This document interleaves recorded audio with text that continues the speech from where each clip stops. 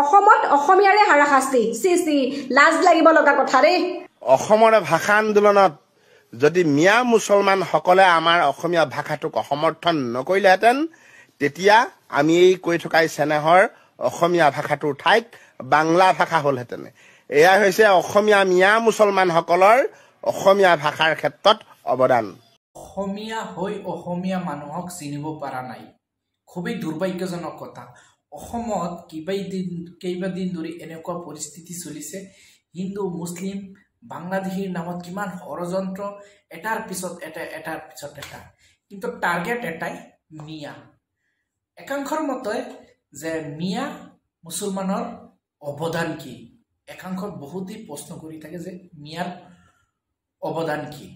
মই যদি মিয়াসকলৰ অৱদানটো দেখাব যাওঁ বা ব্যাখ্যা কৰিব যাওঁ, যিসকল জধা মূৰ্খ বুজি নাপায় আৰু যিসকল শিক্ষিত, যিসকলে ইতিহাস জানে, হয়তো এই বিষয়ে তেখেত অৱগত।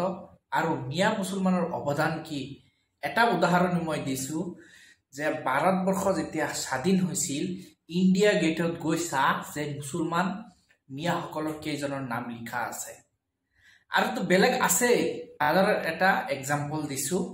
আৰু যিসকলে কৈ থাকে যে মিয়া মুছলমানৰ অৱদান, আজি কেইবাদিন ধৰি আমি দেখিব পাৰিছোঁ যে কেইবাদিন ধৰি যে ঈদৰ পিছৰ পৰাই কোনোবাই বোলে গোমাংস নিষিদ্ধ মাংস কলেজৰ সন্মুখত, কটন কলেজত আনি কোনোবাই পেলাই থৈছে, আৰু কোনোবাই এনেকুৱা পৰিস্থিতি দেখিব পাৰিছে কোনোবাই মন্দিৰৰ ভিতৰত এনেকুৱা পেলাই থৈছে।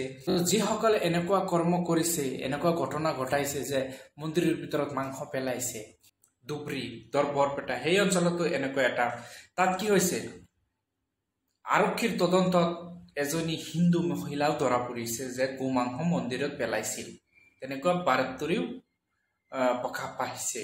আৰু যিসকলে এনেকুৱা ঘটনা সংঘটিত কৰিছে এইবিলাক মানুহৰ কাটাৰত নপৰে। আৰু ইয়াতকৈ জঘন্য মানুহ অসমত আছে যে মানে খুবেই দুৰ্ভাগ্যজনক যে অসমীয়া জাতি এটা সভ্যতা জাতি, অসমীয়া সংস্কৃতি আমি সকলোৱে মানি চলিব লাগে, যে অসমীয়া আচলতে কি হয় বিশ্ববাসীক দেখুৱাব লাগে।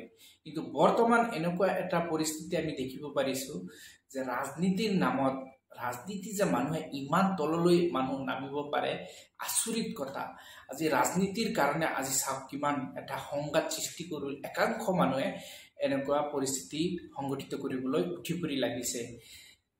আপোনালোকে নিশ্চিতভাৱে সামাজিক মাধ্যমত দেখিব পাৰিছে কোনে কাক কেনেভাৱে দোষাৰোপ কৰি কোনে কাক কেনেদৰে ফচুৱাব পাৰে, সেইবোৰ বস্তু কিন্তু আমি দেখিব পাৰিছোঁ। আজি হিন্দু মুছলিম কৰি আজি চাওক দেশখনৰ অৱস্থাটো, অসমৰ উন্নয়ন বা আৰ্থিক বা অৰ্থনৈতিক হিচাপে আমি যদি চাব যাওঁ, শিক্ষাৰ ক্ষেত্ৰত ইমান পিছ পৰি আছে।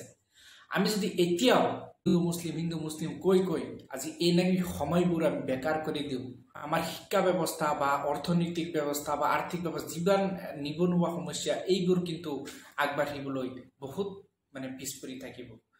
আৰু যিসকলে এনেকুৱা সংগঠিত কৰি আছে ঘটনাবোৰ, এইবিলাক মানুহ নামৰ জানুৱাৰ হয়, এইকেইটা জানুৱাৰকেইটা যিসকলে এনেকুৱা জঘন্য কামবোৰ সংগঠিত কৰি আছে, এইবিলাক কিন্তু সাংঘাতিক কাম। আৰু এইবিলাকক এটা পাব্লিকে, ৰাইজে চিনাকি কৰি এইবিলাকক ব্ৰহ্মপুত্ৰত পেলাব লাগে।